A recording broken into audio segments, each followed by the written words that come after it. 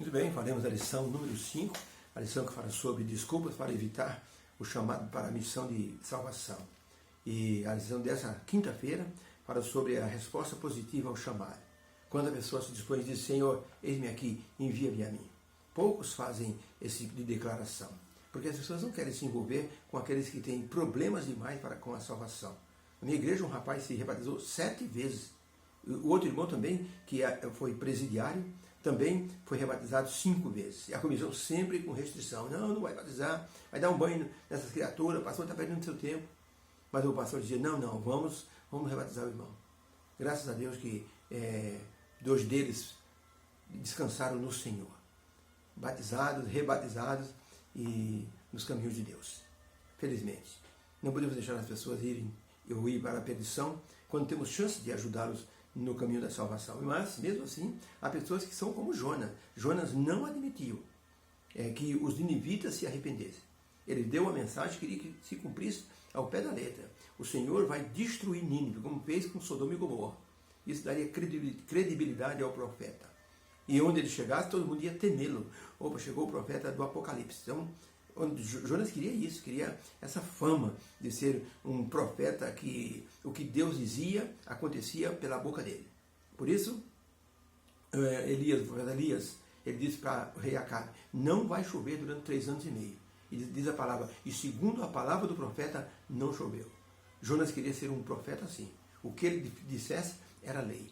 Independente do testemunho fraco de Jonas, Deus salvou os ninivitas.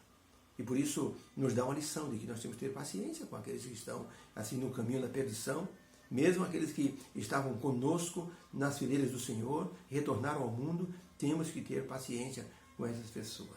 Um pastor me contou, esse pastor já está aposentado, e ele me contou que um vizinho dele era alcoólatra e ele trabalhou com esse homem, deu estudo bíblico, marcou o batismo, o homem sumiu, desapareceu, foi encontrado bêbado. 2ª vez, a comissão já não queria batizar o homem. O homem foi encontrado bêbado no dia do batismo. 3ª vez, aconteceu a mesma coisa. Na 4ª vez, o pastor disse: agora ele vai se batizar. Na 6ª-feira ele saiu para uma pescaria com os amigos, no litoral, e acabou voltando só na 2ª, completamente embriagado. O pastor marcou o batismo para o mês seguinte, no domingo à noite. A comissão disse: pastor, não vamos autorizar. Foi uma votação apertada. Só por um voto que esse homem foi assim considerado digno para ser batizado. Mas o pastor disse: eu agora vou fazer algo diferente. Não vou largar desse homem. Foi na casa dele, numa 6ª-feira, e disse: pega a sua roupa. Para hoje, para amanhã e para domingo. Você vai ficar hospedado na minha casa. Você não vai sair da minha cola. E o pastor então levou esse homem para casa. Ele ficou com o pastor o tempo inteiro, fizeram compra junto, foram para cima e para baixo. O pastor não largou do homem. No domingo à noite, lá estava o pastor e o candidato com seu roupão. Foi batizado. A comissão não queria. Houve uma briga na comissão porque não queria que aquele homem fosse batizado. Mas o pastor insistiu. E graças a Deus o homem foi batizado. Hoje é um dos melhores anciãos da nossa igreja. Abandonou tudo, o alcoolismo, o cigarro, se tornou uma pessoa de bem. Então, há chance para aqueles que estão em perdição. Jonas não via assim. Mas o coração de Deus é diferente. Hoje, muitos são como Jonas, não têm paciência e nem creem na transformação que uma pessoa possa obter pelo Espírito Santo, porque a pessoa tem uma visão humana de transformação. Deus poupou os ninivitas e o seu nome foi glorificado. Isso nos mostra que Deus procura cooperadores que possam dizer, como Isaías disse: eis-me aqui, envia-me a mim. Falando em Isaías, a pergunta 5 diz assim: como o profeta Isaías nos mostra a essência do chamado divino. Isaías capítulo 6 diz assim: e no ano em que morreu o rei Uzias, eu vi o trono do Senhor, e vi o Senhor assentado sobre o seu trono, e um grande séquito, uma grande glória enchia o templo, e havia uma multidão de anjos, serafins estavam ao redor do Senhor, e clamavam uns aos outros: santo, santo, santo é o Senhor dos exércitos.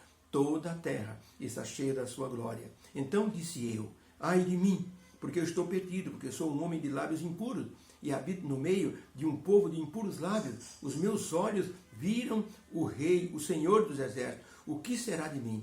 Porém, um dos serafins voou para mim, trazendo na mão uma brasa viva que tirara do altar com uma tenaz. E com a brasa tocou a minha boca e disse, eis que isso tocou os teus lábios, e com isto a tua iniquidade foi tirada, e o teu pecado foi expiado. Então ouvi a voz do Senhor que disse, quem irá por nós? A quem enviarei? Então eu respondi, eis-me aqui, envia-me a mim. Então, para a pergunta, como o profeta Isaías descreveu o chamado do Senhor? Resposta, o chamado do profeta nos mostra que Deus procura aqueles que querem cooperar com Ele na obra de salvação das pessoas. Por isso, ele se prontificou a ir como um instrumento nas mãos de Deus. Antes do Senhor enviar seu juízo, ele sempre mostra um meio de escape. Foi assim no dilúvio, 120 anos, Noé pregando e mostrando que havia um modo de escapar. Foi assim com Abraão intercedendo por Sodoma e Gomorra, e os 3 anjos aparecendo em Sodoma, e Ló hospedando aqueles homens, e assim ele acabou mostrando que estava interessado na salvação. Foi assim com o profeta Isaías, falando sobre o povo antes de ir para o exílio. Foi assim com João Batista, pregando arrependimento antes que viesse o Messias. Foi assim com o apóstolo Paulo, anunciando o Evangelho aos gentios para que eles pudessem também serem salvos. Por isso, Deus nos chama hoje como igreja para anunciarmos a sua segunda vinda e os juízos que virão sobre esse mundo. É o teor da mensagem do terceiro anjo. O segundo anjo diz, caiu Babilônia. O terceiro anjo diz, se alguém receber o número da besta, poderá assim beber o cálice da ira de Deus. Então as pessoas precisam evitar isso. Como evitar? Aqueles que conhecem precisam assim anunciar isso para as pessoas. Precisamos ter assim uma noção de chamado e assim fazermos a nossa parte, como Isaías disse, eis-me aqui, Senhor, envia-me a mim. Há mais de 100 anos chegou na China central um missionário. Quando o missionário chegou, um sacerdote disse assim, finalmente o Senhor chegou. O missionário disse, como assim, finalmente? Ele disse, há muitos anos atrás, eu encontrei uma Bíblia jogada no lixo. Eu li a Bíblia e encontrei a história de Jesus. Foi aí que numa noite, numa visão, Deus me disse, vou enviar um missionário. Escutem a sua mensagem. 15 anos se passaram, até que Deus me disse, o missionário vai chegar. Então o Senhor é o missionário. Por isso eu disse, até que enfim o Senhor chegou para nos mostrar o amor de Deus. Por isso precisamos estar preparados, porque existem milhões de pessoas que esperam mensageiros do Senhor para trazer uma palavra de conforto e de salvação para essas pessoas. Que haja uma bênção em cada mensageiro preparado, porque mais, assim, como dizia, um mensageiro preparado é muito mais importante do que uma mensagem preparada.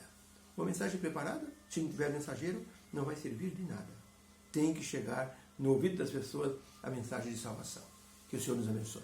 Possamos estar dispostos a sermos cooperadores do Senhor. Obrigado, meu Deus, pela lição de hoje. Ajuda-nos, Senhor, a sermos como Isaías e falarmos dessa forma, eis-me aqui, Senhor, envia-me a mim. Queremos ser instrumentos em tuas santas mãos. Que o Senhor nos abençoe para isso, em nome de Jesus. Amém. Beijo no coração. Uma feliz quinta-feira. E que Deus conforte os corações daqueles que perderam seus entes queridos. E que haja uma esperança de ressurreição. Porque quando a trombeta soar, os mortos em Cristo ressuscitarão primeiro. Glória a Deus por essa esperança. Deus abençoe a todos. Amém.